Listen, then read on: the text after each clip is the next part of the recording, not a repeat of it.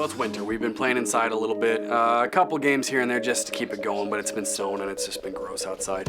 But I'm really looking forward to that nice spring day, that first day where I can go out in the backyard and build something else in Thunderdome. And I quickly realized that I'm out of room back here. There's nowhere else to go with this, and if you build more crap back here, it's just gonna be too congested with all the people.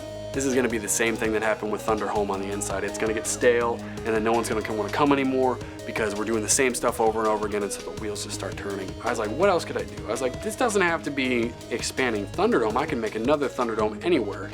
I was like, I wanna go bigger.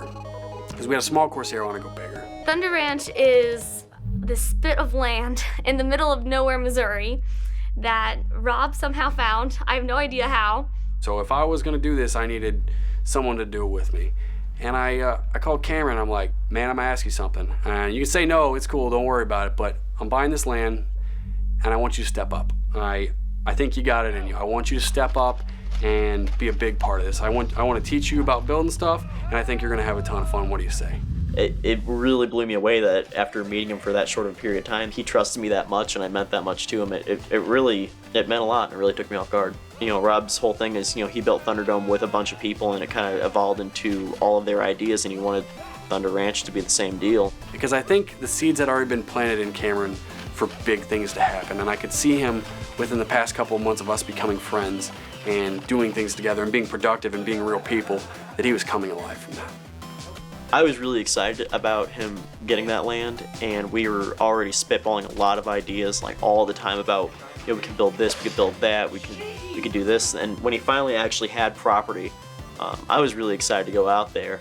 So about a week later, loaded the car up and we headed out there together. And as soon as he saw it, I saw his eyes light up. I absolutely love the place. And the first thing I said to him is, this is yours.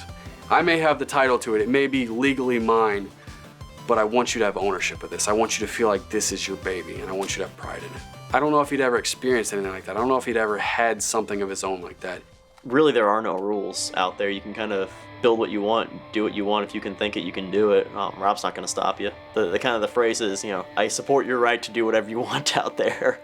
It's hard to really see it, but there's probably 60 or 70 pieces of cover just in this field alone. And this is our close quarters combat city. We're gonna do a little bit of a pond or lake over there eventually when I get some money for that. But we intend on building a whole bunch more of these little structures. This is just recycled kind of tin roof. This is all part of a pallet. That's a handle off of a cabinet that I used to have. Honestly, I hate to say the outhouse kind of looks like the slums in Africa, but this is directly inspired with just recycling parts and stuff.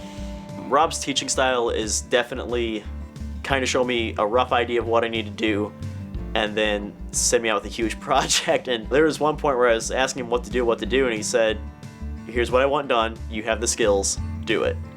And just that he has those confidence in my abilities, and that he really wants you to kind of trial and error and learn for yourself. I think he and I learned in a very similar way, and that he and I would probably teach in a very similar way. And it's been very positive to actually see that, I'm not a dumb person, and when I'm actually learning in a way and applying my knowledge in a way and doing in a way that I'm good at, I can be very successful. Immediately, it was apparent that Nerf was not going to work out there. There was too much grass, the distances were too far, so Cameron busted out his bag of airsoft guns, and we played a little bit. And we chased each other around. Shannon was being Rambo, and we played most of the same games that we kind of do out here, a lot of medics, but we also do one-on-one games. It's more of a combat feel than just a fun thing, and I really like it. It was a good idea until we tried airsoft for the first time. We're like, that's easier. Much better. Yeah. Blue, are you ready? Go!